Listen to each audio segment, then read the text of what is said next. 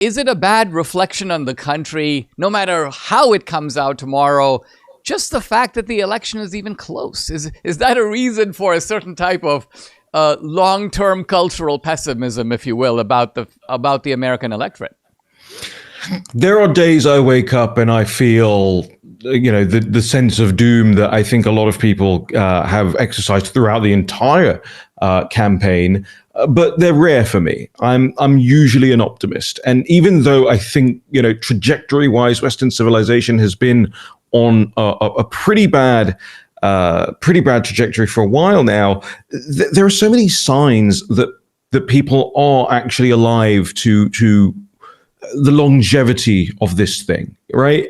And what it means if it all disappears and if it all crumbles, if the infrastructure goes away, if the dollar ceases to be the primary reserve currency, if we don't actually take steps to intervene in government in our lives. And the pandemic was, of course, a massive wake-up call for so many people. The fact that so many like Elon Musk and those guys and RFK can come out and have historically been Democrats and then go for somebody, not just a Mitt Romney Republican or something, but somebody who they call a Nazi, somebody who they call a fascist, somebody who they've targeted, somebody who they've shot at, somebody who they've tried to put in jail since he left office, I think tells you so much about the vim and the passion of this movement. And it's not just here in the United States. This has been the case since Brexit in the United Kingdom. It's happening across Europe. It's been happening in Brazil. It's been happening in India.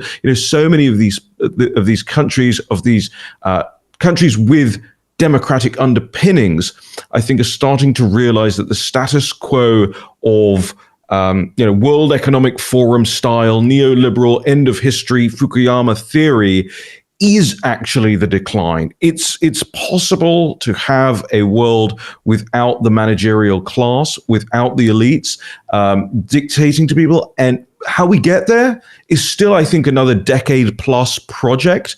But the seeds have already been sown. And the generational pick that was J.D. Vance, I think, is such an amazing thing for people to be able to, regardless of how this election goes, to go, actually, that we understand that to be the future of the Republican Party, that to be the future of the conservative movement. And we are never, you want to take a line out of Kamala Harris's speeches, we are not going back to Mitt Romney. We are not going back to David Cameron. We are not going back to Angela Merkel.